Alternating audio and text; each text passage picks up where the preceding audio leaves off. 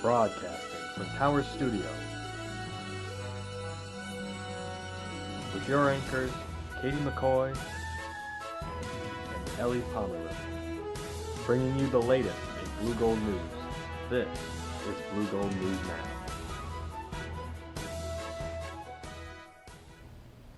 Good evening, I'm Ellie Pomerleau. And I'm Katie McCoy. On tonight's episode of BNN, we are breaking down the Russia-Ukraine conflict. Joining us here is Professor of Political Science and International Relations, Damir Kovacevic. Thank you for joining us tonight. How are you doing? Thank you for having me. I'm doing well, thanks. Doing well. So can you tell us a little bit about your background in international relations? Sure. So I'm a political science professor. I teach international relations, comparative politics. My primary focus in international relations would be international security, political violence, ethnic conflict, that kind of stuff. Mm-hmm. Very relevant to what's obviously happening. Yeah, we are definitely excited to hear with your expertise about what's going on in Ukraine right now. So to break it down for students, what is the main conflict between Russia and Ukraine? So the main conflict is mostly Putin-driven right now. What's happening is Putin invaded Ukraine. Ukraine is a sovereign, independent country, and the Ukrainians are fighting for their sovereignty. They're fighting for their essentially right to exist. And Putin has made it a point to sort of suggest that Ukraine and Russia are inseparable. So he doesn't see a difference between Ukraine and Russia. He doesn't see Ukraine as an independent entity. He thinks that Ukraine, much like the rest of the Soviet republics, were creations of the former Soviet Union under Lenin, and then it was upheld by Stalin and Khrushchev. And so he never really thought that Ukraine ever existed as its own thing. And how he just wants it back. And so he did it in 2014 when he took Crimea. He's had the Donbass region in eastern Ukraine, and now it looks like he wants most of Ukraine. So the conflict it's simple. It's Putin illegally invading and Ukraine fighting to hold what's rightfully theirs. Why did Putin decide that armed conflict had to take place? Good question. So none of us are too surprised that Putin wanted conflict. What we're surprised about is how quickly it's escalated and to what degree. So Putin was sort of preparing the troops on the Belarusian border and the Ukrainian-Russian border, and he was just kind of waiting until the Olympics were done, right? He didn't want to mess with China. He didn't want to kind of steal their spotlight. So it was always fairly clear that he was going to do this. What was less clear, and which is what's sort of puzzling now and kind of frightening, is that Putin is going as far as he did.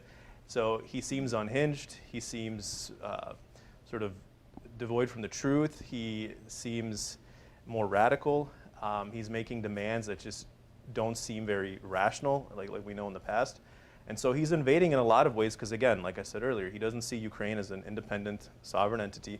And he's also mad that NATO has kind of creeped into the territory, and all this talk about Ukraine potentially becoming a NATO member, he doesn't like that either.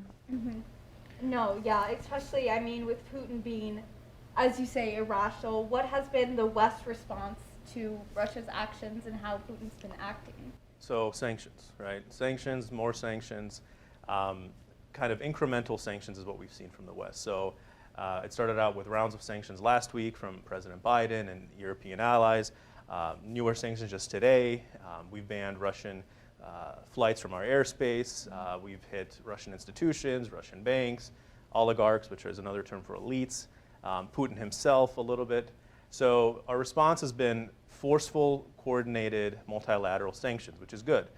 Sanctions don't always have the effect that we want them to have, but when it's a kind of a team effort, it's better. So we've done that, and we've provided military aid to Ukraine, but we've not actually joined the conflict in a direct way. And we've been very clear about actually staying out of the conflict in that kind of way.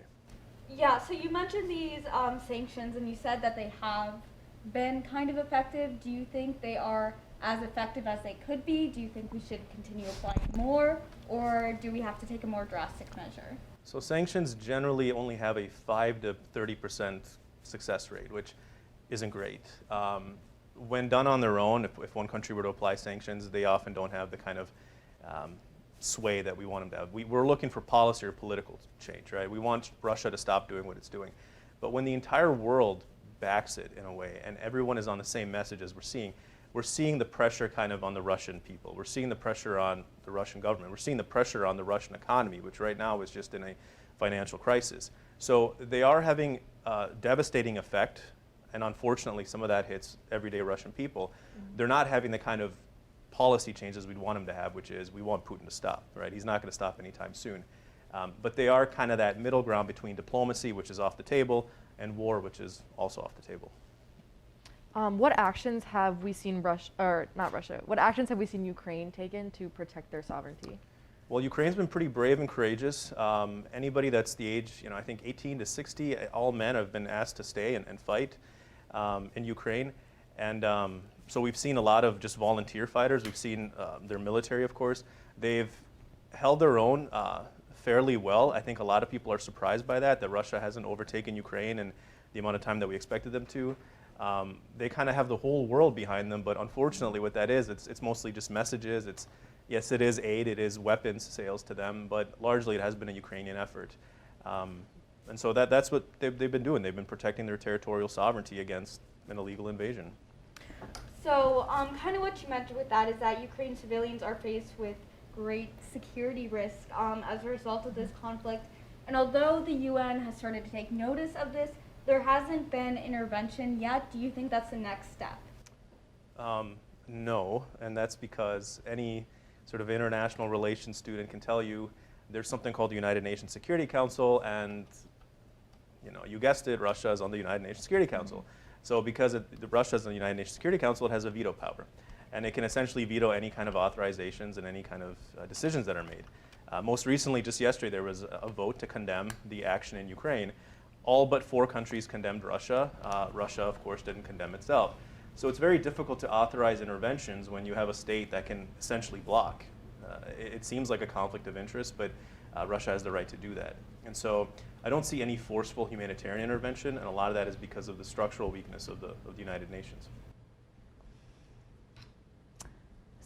As a result of this conflict, international relationships have definitely shifted. How will this impact future relationships between countries? Well, I think weirdly it's made the West, it's kind of brought the West together in a way. It's brought Western countries in a firmer NATO alliance. So that's a positive. Like we've recommitted to NATO, and that's a good thing. It has kind of divided the world between sort of this like good and evil, and there's a lot more on the good. What's unclear to me right now is what this says after the fact, right? Does this mean that we have a Western NATO alliance against the Russian state, which would be weaker, in my opinion, or does this kind of bring a Russia-China alliance against more of a Western alliance? Because right now China's been kind of just sort of staying out of the conflict and being very vague about what they're saying. So that's kind of what we're watching. I wouldn't be surprised to see some kind of what we call power shifts in the international system. If Russia is successful with Ukraine, they could potentially try for more territory, although I think that would be ill-advised because I don't think Russia has the capability to do that because they would face the NATO alliance at that point. So we are seeing some shifting in alliances and what we call polarity, so it's interesting to see. Yeah, for sure. I think you bring up a great point about how this has been an ongoing conflict. It just hasn't really hit that point of being at the level it is right now. As a professor of political science, did you see this conflict coming and reaching this drastic of a point? So this specific one with Ukraine and Russia? Mm-hmm. Yes. Unfortunately, yes, because Putin has been so clear about it. You have to look to recent history. So if you look at recent history, 2008, Putin invades the country of Georgia. 2014, it's Crimea, very successfully. And then he's made demands about eastern Ukraine and Ukraine in general. He's been kind of gearing up for this. We know it's been coming. The mobilization of troops is very evident. So that to me signaled that he's going to do something that is going to be intense. What we didn't probably expect was that he wanted all of Ukraine, that he was going to go in with this kind of mentality, and he's coming off as kind of a crazy man.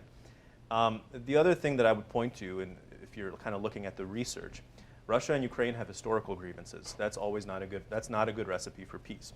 They have territorial issues. That goes against peace. They have a ongoing rivalry. So if you put that together, plus a kind of more unhinged Putin, it's going to be a recipe for conflict. So this conflict obviously has a lot of different factors, and it can be a little bit confusing. But why do you think it's important for students to understand what is going on? I think it's important because even if you don't want to talk about it, you don't want to hear about it, it's happening, right? Like, it's happening and it's important. And I would tell students from just a human perspective that the human toll is going to be devastating, and it has already. We have 1 million refugees and asylum seekers and displaced people who will need to go somewhere else. Some of those people will come to the United States on temporary protection status. Some of those people will go throughout Europe. So that in itself is devastating. And so although we can't all wrap our heads around conflict and war, and many of us will never see a battlefield, what we can, I think, comprehend is imagining, putting yourself in the shoes of somebody who's lost everything, and because of this very unnecessary conflict, very unnecessary war. So if anything, look at the human toll and what's happening there, and you're just more informed. I think just being informed about it is always a good thing. Ignorance is never the way to go. So. Well, Damir, you've done a great job of breaking this conflict down. I think it's definitely going to help students understand better what's going on. I've learned a lot from this conversation. I guess, is there anything that you would like to add or specifically comment on? I would just say, it's unfortunate that it's happening. It saddens me, it kind of angers me. It's a totally avoidable conflict. What I want to, I guess, stress is we talk about conflict and war, and I teach a class called International Conflict, but war is actually very rare. Like, wars don't happen that often. And when they do happen, and they're so unjustified as the one that you're watching, it's just so unfortunate that we have to watch it sort of unravel. So for me, what I would wish is that this comes to an end sooner than later. But I would also add that I think we've seen a pretty good response from our student body and people at Eau Claire who have been paying attention and talking about this, and just from everybody around the world who's sort of been in support of Ukraine. So those positive messages are always nice to see. So. That's definitely a great point. Yeah. Yes. For sure. Well, thank you so much for joining us tonight. I personally learned a lot, as Ellie just said, and I think you really did a great job at breaking it down for students.